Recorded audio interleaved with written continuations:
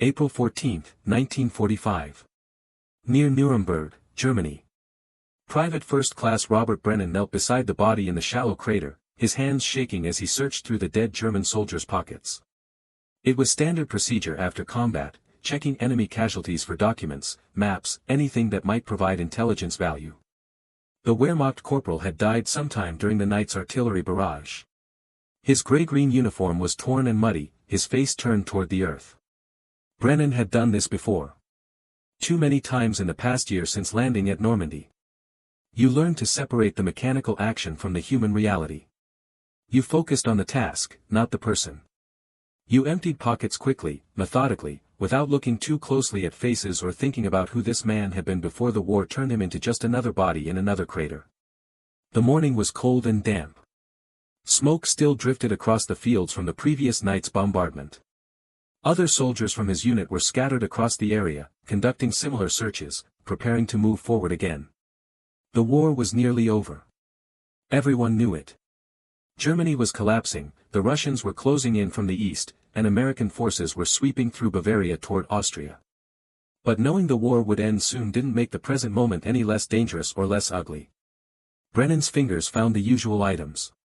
Soldbuch military identification booklet with stamps and dates documenting deployments. A few Reichsmarks. A dented metal canteen. A half-empty pack of cigarettes. The personal effects were always the same, the small ordinary things that every soldier carried regardless of which army he served. Then his hand closed around something else. A photograph, protected inside a leather wallet that had somehow stayed dry despite the mud. He shouldn't have looked at it.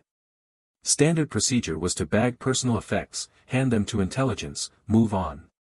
But something made him open the wallet and examine the photograph more carefully. It showed a young woman holding a small child. She was smiling, standing in a garden with flowers in the background. The child, perhaps 2 years old, wore a white dress and was reaching toward the camera. The photograph was worn at the edges, as if it had been handled often, pulled out and looked at countless times in quiet moments. Brennan turned the photo over. On the back, written in careful script, Marta und Greta, Sommer 1942. He looked at the dead soldier's face for the first time. Really looked. The corporal couldn't have been more than 25 years old. Fair hair, visible now beneath the helmet knocked aside by the shrapnel that had killed him. A face that could have belonged to any of the German-American boys Brennan had grown up with in Milwaukee. The same features, the same coloring. It could have been his cousin Friedrich's face, if Friedrich hadn't been born in Wisconsin instead of Württemberg. Something shifted in that moment. Something Brennan couldn't quite name but would spend the rest of his life trying to understand. He knew he should put the photograph back, document the identity, continue the procedure. But instead, he slipped the photograph into his own pocket. Then he carefully returned the wallet with its other contents to the dead corporal's uniform. Nobody noticed. Nobody saw. In the chaos of moving through conquered territory, one small photograph meant nothing to anyone except the man who had carried it and the man who now took it. Brennan moved on to the next crater, the next body, continuing his assigned task. But the photograph stayed in his pocket, pressed against his chest like a silent accusation. To understand why that photograph would haunt Robert Brennan for the next 50 years, you need to understand what the United States Army had taught him about the enemy he was fighting. Brennan was drafted in the summer of 1943, inducted at Fort Sheridan, Illinois, along with hundreds of other young men from the Midwest. He was 19 years old, the son of Irish immigrants, working in a factory before Uncle Sam called.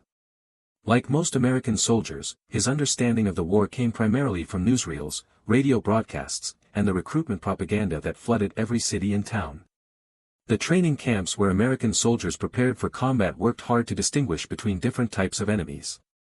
There was a clear hierarchy in how the military presented the Axis powers. The Japanese were portrayed as fanatical, inhuman, completely alien in their thinking and culture. The training materials made little effort to present them as individuals worth understanding or sympathizing with. The Germans were more complicated. American military leadership knew that millions of Americans had German ancestry. In cities like Milwaukee, Cincinnati, and St. Louis, entire neighborhoods spoke German at home. Too much dehumanization might create internal division or reluctance to fight. So the propaganda took a different approach. It emphasized that American soldiers were fighting Nazis, not Germans. It distinguished between Hitler and the German people. It suggested that many Wehrmacht soldiers were victims of fascist tyranny, forced to fight for a regime they might not support. The enemy was Hitler's ideology, not necessarily every individual wearing a German uniform. But this nuanced message competed with other, harsher realities. Training films showed newsreel footage of concentration camps, though their full horror wouldn't be understood until later. Officers emphasized German military efficiency, technological superiority, and battlefield ruthlessness. The message was clear: the Wehrmacht was a professional, dangerous enemy that would kill you without hesitation if you gave them the chance. In practical terms, this meant Brennan and his fellow soldiers learned to see German soldiers as threats to be neutralized, not as people to be understood. The training focused on mechanical efficiency. How to assault a position. How to clear a building. How to fire, move, and communicate under combat conditions. The human beings who would be on the receiving end of these tactics were reduced to abstract targets. Brennan absorbed these lessons like every other soldier. He learned his job. He qualified with the M1 Garand rifle, mastered basic infantry tactics, developed the physical stamina needed for combat. When his unit shipped out in February 1944, landing at Utah Beach 2 weeks after D-Day, he was as prepared as training could make him for what awaited in Europe. But no amount of training prepares you for the reality of killing another human being. No lecture or drill can replicate the experience of watching someone die because of your actions. And no propaganda, however carefully crafted, can completely erase the recognition that the enemy soldier in front of you is fundamentally like yourself. The crossing from England to Normandy took place in cramped, uncomfortable conditions aboard a transport ship. Brennan spent most of the voyage feeling seasick, packed below decks with hundreds of other soldiers, all trying not to think too hard about what awaited them in France. He landed on Utah Beach on June 18, 1944, wading through chest-deep water toward a beach that was no longer under direct fire but still bore the scars of battle. German beach obstacles jutted from the sand like broken teeth. Destroyed equipment littered the titterline. The smell of death and diesel fuel hung in the air. For the next 10 months, Brennan and his unit fought their way across France and into Germany. The hedgerow fighting in Normandy, where every field became a separate battle. The pursuit across France as German forces retreated. The brutal winter campaign in the Hürtgen Forest. The defense against the Bulge offensive in Belgium. Then the final push into Germany as the Reich collapsed around them. He became efficient at his job. He learned to function despite fear, to operate on instinct when rational thought became impossible, to keep moving forward even when everything in his body screamed to stay down. He watched friends die. He killed enemy soldiers, how many he could never accurately count. He became numb to horrors that once would have been unimaginable. The war reduced everything to basic questions of survival. You stopped thinking about whether the men you were fighting had families, dreams, fears. You couldn't afford to think about it. Empathy became a luxury you couldn't maintain and still function as a soldier. But something about that photograph in the crater near Nuremberg cracked through the numbness Brennan had built up over 10 months of combat. Something about seeing that image of the woman and child, knowing it had been carried by the dead man at his feet, triggered recognition that couldn't be suppressed or ignored. This German corporal had been someone. Not just a target, not just an enemy, but a specific individual with connections, relationships, people who loved him and who he loved in return. The photograph was evidence of a life that existed outside the uniform, beyond the military identification that reduced him to a number and a rank. Brennan took the photograph because in that moment, leaving it on the corpse felt wrong. It felt like allowing something important to be lost or destroyed. He couldn't articulate why it mattered, but taking the photograph felt like preserving something that needed to be preserved. He didn't know yet that this impulse would define the rest of his life. The United States Army continued its advance into southern Germany. For Brennan, the days after finding the photograph blurred together in the exhausted rhythm of combat operations. They cleared towns, secured crossroads, processed surrendering Wehrmacht units that increasingly consisted of old men and boys. The photograph stayed in his pocket. He didn't look at it again initially. He tried to forget he'd taken it. But its presence remained constant, a small physical weight against his chest that reminded him of the moment in the crater. Other soldiers noticed that Brennan had become quieter, more withdrawn. In combat units, you learn to read changes in temperament. The men who talked too much, who became reckless or disconnected, who showed signs that the stress was overwhelming their ability to cope. But Brennan continued to function normally. He followed orders, maintained discipline, performed his duties without complaint. Only at night, when exhaustion should have brought immediate sleep, did the photograph trouble him. He would lie in his bedroll, eyes open in the darkness, thinking about the woman and child in the image. Where were they now? Did they know the corporal was dead? Would they ever receive notification? Or would he simply disappear, another name on a casualty list, his fate unknown to the family that loved him? The German military's notification system was collapsing along with everything else. Millions of soldiers were missing, killed, captured, or simply dispersed across a disintegrating nation. Families throughout Germany would spend years not knowing whether their fathers, sons, husbands, and brothers were dead or alive. The uncertainty was its own form of torture. Brennan began to notice other details he'd previously overlooked. The personal items on captured or dead German soldiers. Wedding rings worn on dirty fingers. Prayer books carried alongside military manuals. Letters tucked into uniform pockets, words of love and longing written in a language he couldn't read but whose emotional content needed no translation. These were the same kinds of things American soldiers carried. The lucky charms, the photographs from home, the talismans that connected you to the life that existed before the war and might exist again after. Every army was the same in this respect. The war required you to kill the enemy, but it couldn't erase the fundamental humanity you shared with them. On April 29, 1945, Brennan's unit reached Dachau. Nothing in his training or combat experience prepared him for what they found there.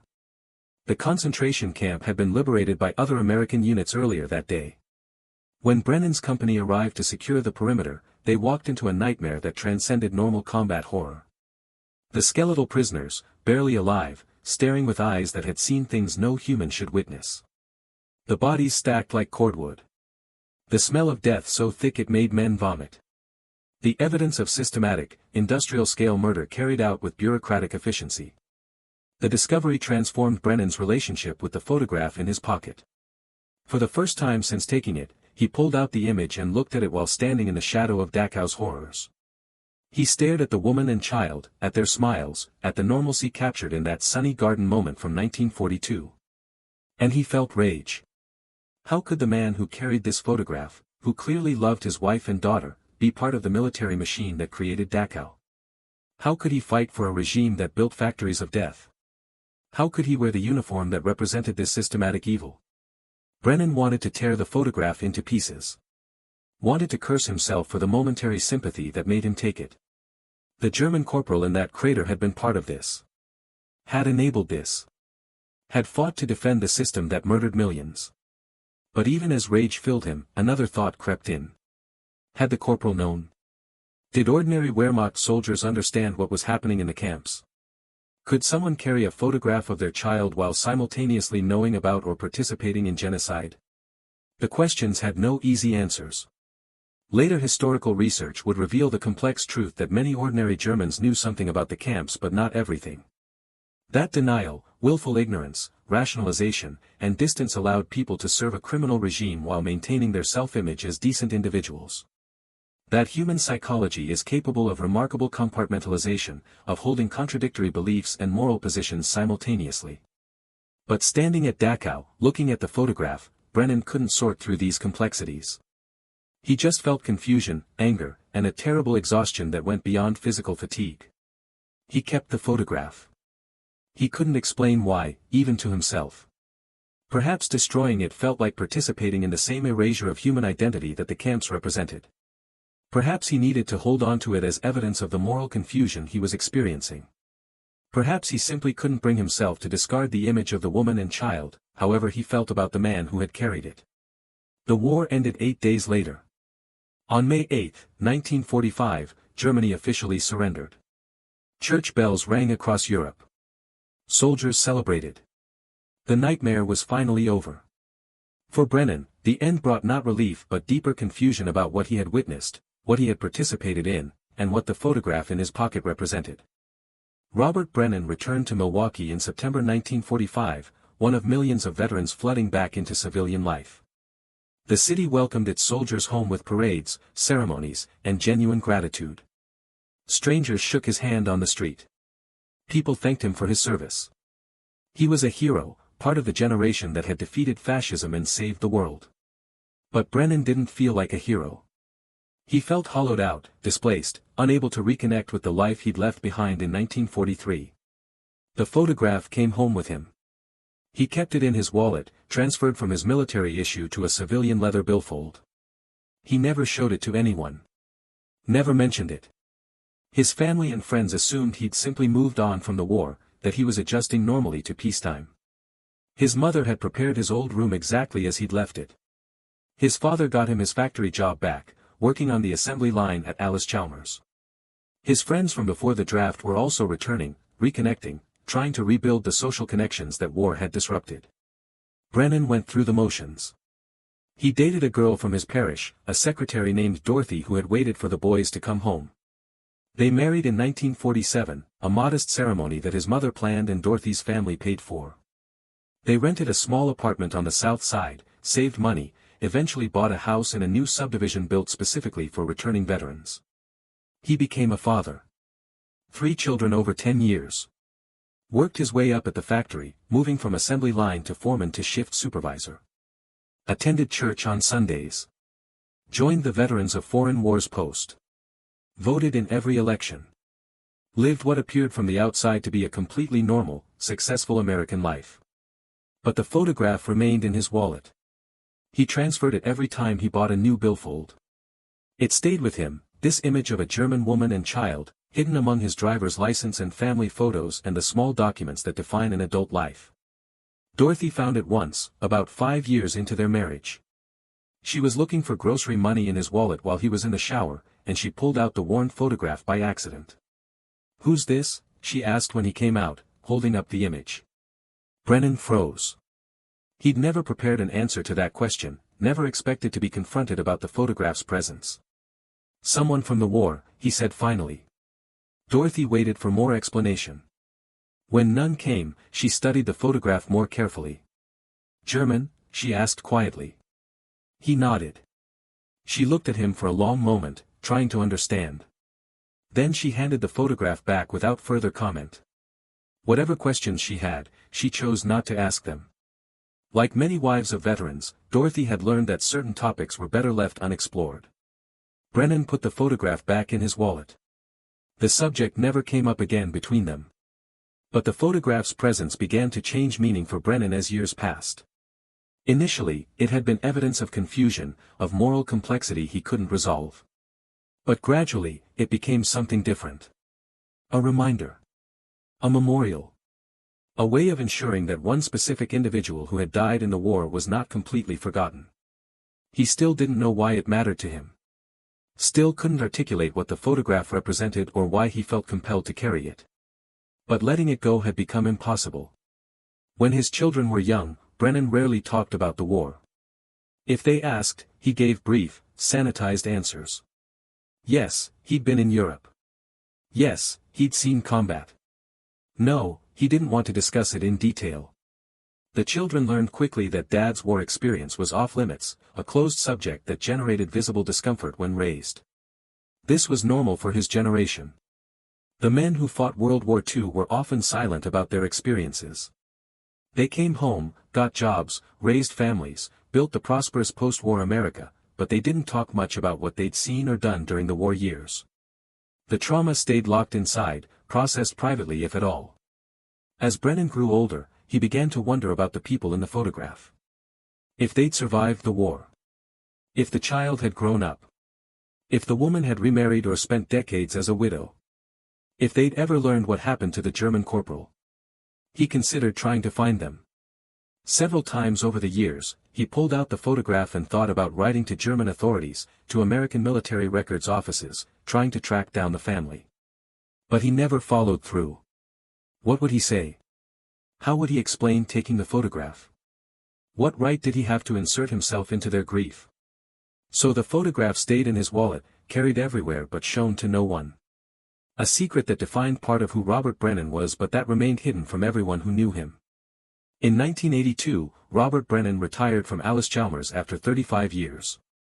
His children were grown, living their own lives in various parts of the country. Dorothy had been diagnosed with arthritis that made daily tasks increasingly difficult. They were living on his pension and social security, comfortable enough, settling into the slower rhythm of old age. That same year, a young historian from the University of Wisconsin contacted Brennan. A doctoral student researching ordinary soldier experiences during World War II, she was interviewing veterans from various Milwaukee area units. Someone at the VFW post had given her Brennan's name. He almost declined. He'd refused all previous requests for interviews about the war. But something about the young historian's letter made him reconsider.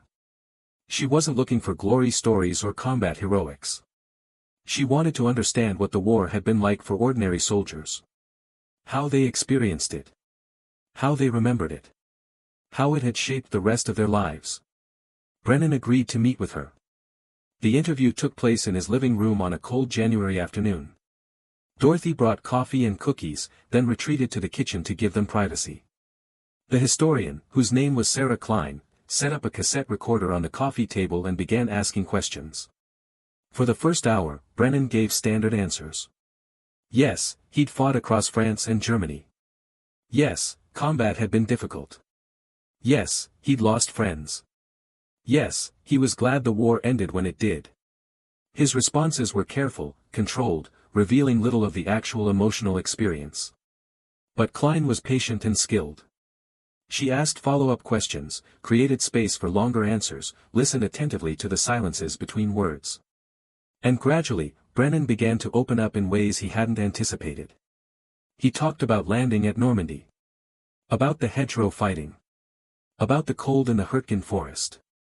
About seeing his first dead German soldier and feeling surprised that he looked so ordinary.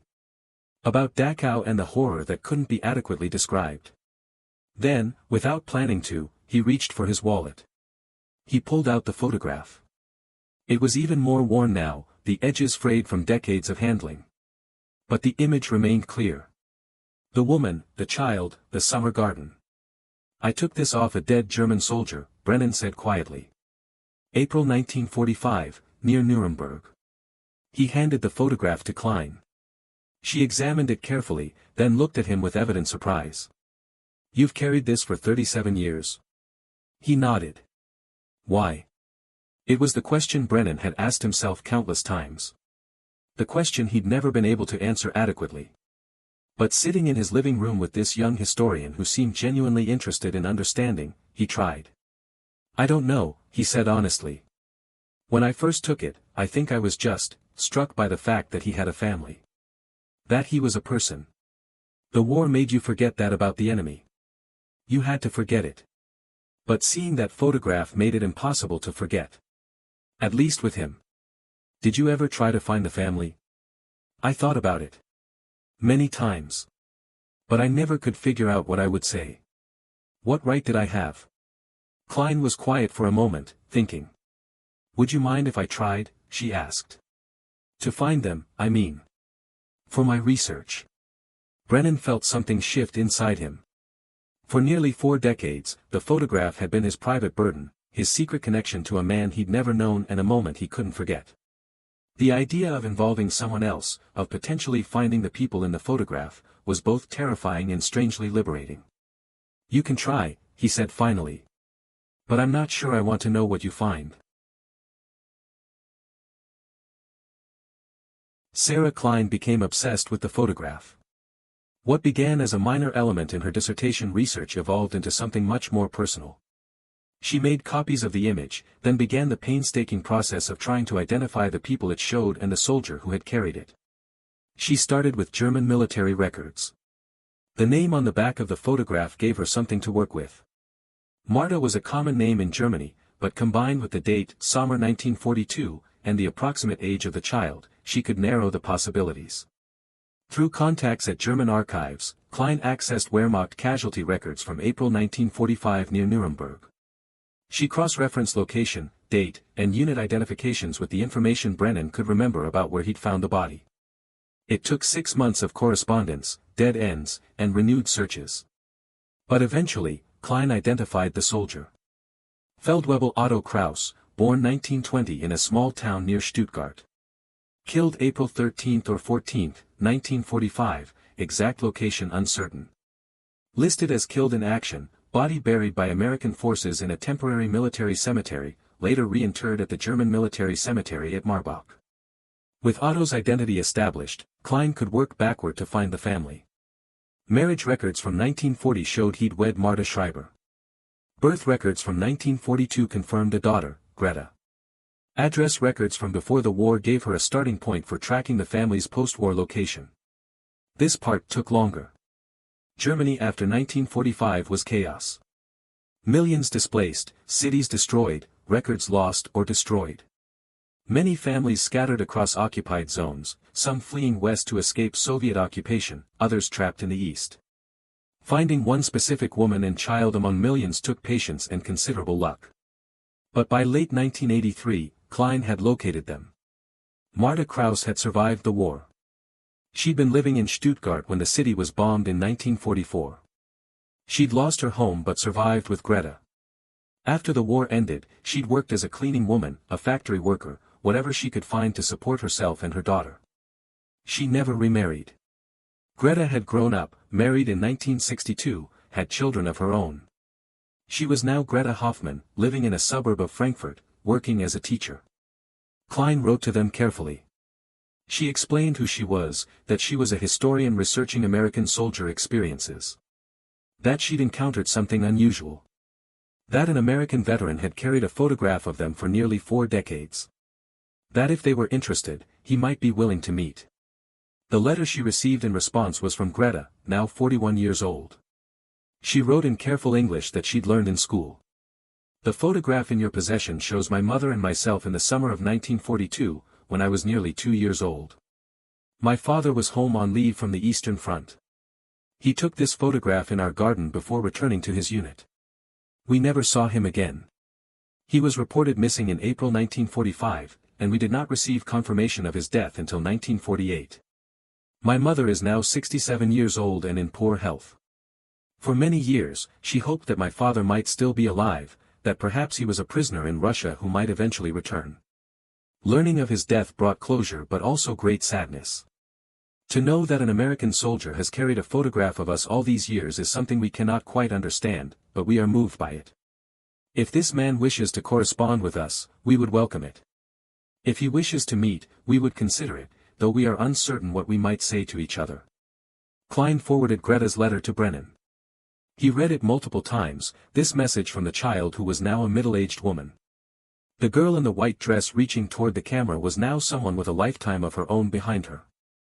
The photograph he'd carried had been frozen in time, but the people in it had continued living, aging, experiencing all the losses and small victories that constitute a life. Dorothy found him at the kitchen table one evening, the letter in front of him, tears running down his face. She sat beside him without speaking, waiting. I took something from her father, Brennan said finally. Something he carried.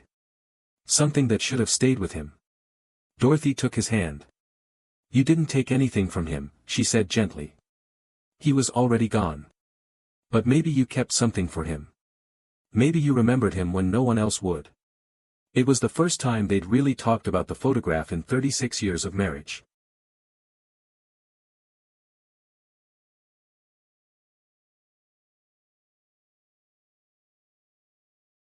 In June 1984, Robert Brennan flew to Germany for the first time since 1945. Dorothy accompanied him, providing silent support for what would be one of the most difficult experiences of his life. The meeting was arranged at Greta Hoffmann's home in Frankfurt. Klein came as well, serving as translator and mediator for what promised to be an emotionally complex encounter. Greta opened the door. She was in her early 40s, a teacher with graying hair and her mother's features visible in her face. Behind her stood Marta, now elderly and frail, leaning on a cane. For a long moment, no one spoke. They simply looked at each other, these people connected by a photograph carried for 4 decades. Then Greta stepped forward and embraced Brennan. He hadn't expected that. Hadn't expected warmth or forgiveness or anything except perhaps cold accusation. But Greta held him, this 62-year-old American who had been there when her father died, and she whispered, "Thank you for remembering him." They sat in Greta's living room. Klein translated as they talked, though the conversation was halting and difficult. Brennan tried to explain why he'd taken the photograph, but his words felt inadequate. How could he convey the complex mixture of recognition, guilt, and obligation that had compelled him to keep it? Marta listened, her face unreadable. When Brennan finished his stumbling explanation, she spoke for the first time. Her voice was quiet, but her words were clear even through Klein's translation. We did not know where Otto died. We knew only that he was missing, then later that he was dead and buried in a military cemetery. But we never knew the circumstances. We never knew if he suffered, or was alone, or what his final moments were like. She paused, collecting herself. To know that an American soldier found him, that someone was there in his final moments, even if that someone was his enemy. To know that he was not completely alone in death. This brings me some comfort. Greta brought out photographs from her own collection. Images of Otto in uniform, smiling at the camera. Wedding photos showing him and Marta together. Pictures of him holding baby Greta, his face full of joy and pride. Brennan looked at these images of the man alive, vibrant, loved. They sat in stark contrast to his only memory of Otto Kraus as a corpse in a muddy crater. He was a good man, Marta said through Klein's translation. He loved me and our daughter. He did not want to fight. He wanted to stay home, to be a father. But he had no choice. In Germany then, you had no choice. This was the moral complexity Brennan had struggled with for decades. How much responsibility did an individual soldier bear for the crimes of the regime he served? How much choice did anyone have? Could you condemn the ordinary soldier while acknowledging the systematic evil he was part of? There were no simple answers. Brennan had stopped looking for them years ago. But meeting Marta and Greta forced him to confront these questions again in human terms, not abstract philosophical ones. They talked for hours. About the war, about the years after. About how Marta had struggled to raise Greta alone in a destroyed Germany. About how Greta had grown up never knowing her father except through photographs and her mother's stories. About how both women had built lives despite the loss that had marked them. Before he left, Brennan gave them something he'd brought specifically for this moment. The original photograph, the one he'd carried for 39 years. This belongs to you, he said. It was never mine to keep. But Greta pushed it back toward him gently. You have carried my father's memory when no one else could, she said. You have honored him in your way for all these years. Please keep it. But know that you have given us something in return. You have given us the knowledge that someone remembered him, that his life mattered to someone beyond his family. They embraced again before parting. Two families connected by war, by loss, by a photograph that had traveled across decades and continents.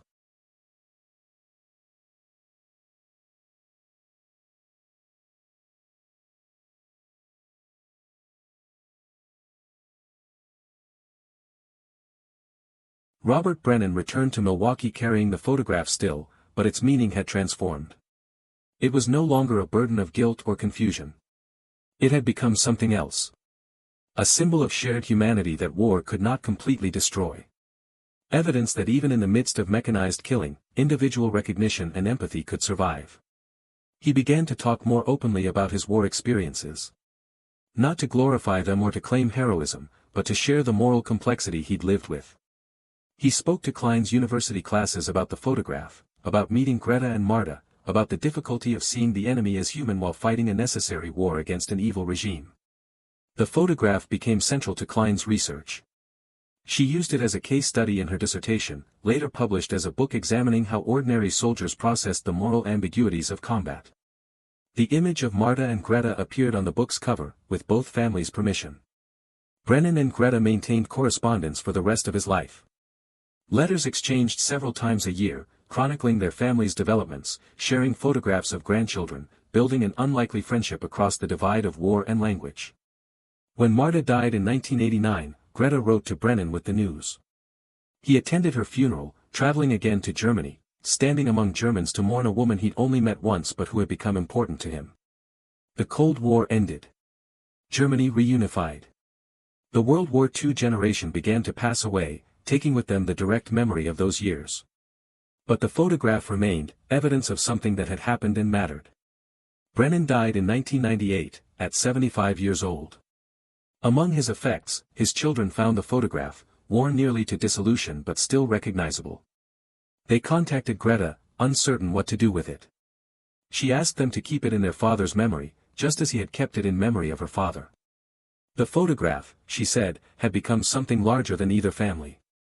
It represented the possibility of recognizing shared humanity even in war's worst circumstances.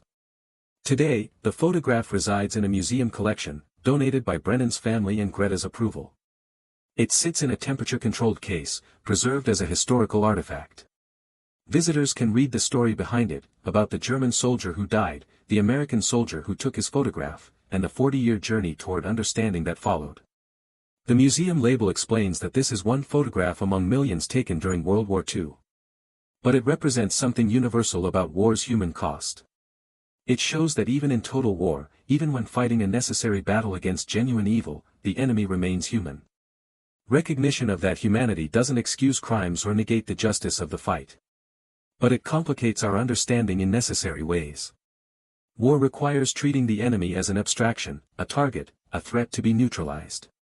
But photographs like this one remind us that behind every uniform is an individual. Someone with a family, with relationships, with a life before the war and hopes for a life after. Someone who is loved and who loves in return. Robert Brennan couldn't articulate why the photograph mattered when he first took it from that crater in 1945. He only knew that leaving it felt wrong, that it represented something that should not be lost or forgotten. Over the decades that followed, he came to understand that what he'd recognized in that moment was the fundamental humanity connecting him to the enemy he'd been taught to hate. The photograph didn't change history. It didn't reverse the necessity of fighting the war or negate the evil of the Nazi regime. But it preserved one small moment of recognition, one soldier's acknowledgement that the man he'd found dead in a crater was a person worthy of remembrance. In a war that killed tens of millions, one photograph of one family seems insignificant. But to Marta and Greta Kraus, it represented the knowledge that Otto had not died completely forgotten. And to Robert Brennan, it represented the moral complexity he would carry for the rest of his life. The photograph remains in its museum case, faded but preserved. Visitors stop to look at it, to read the story, to contemplate what it means.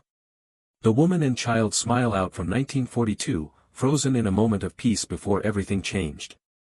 And two soldiers, one German and one American, both long dead now, are remembered together through this small image that one carried for years and the other carried for decades. In the end, perhaps that's what the photograph represents. Not an excuse or an answer, but a question that each generation must confront anew. How do we fight necessary wars while remembering the humanity of those we fight against? How do we honor the complexity of individual lives caught up in historical forces beyond their control? Robert Brennan never found definitive answers to these questions. But he spent 53 years carrying them with him, pressed against his chest in the form of a worn photograph showing a woman and child he'd never met, connected to him by the death of a man whose face he'd seen only once in a muddy crater in Bavaria. The war ended in 1945. But for some, its moral weight never diminishes. It simply becomes something you learn to carry. And sometimes, what you carry is nothing more than a photograph, and nothing less than a lifetime of remembering.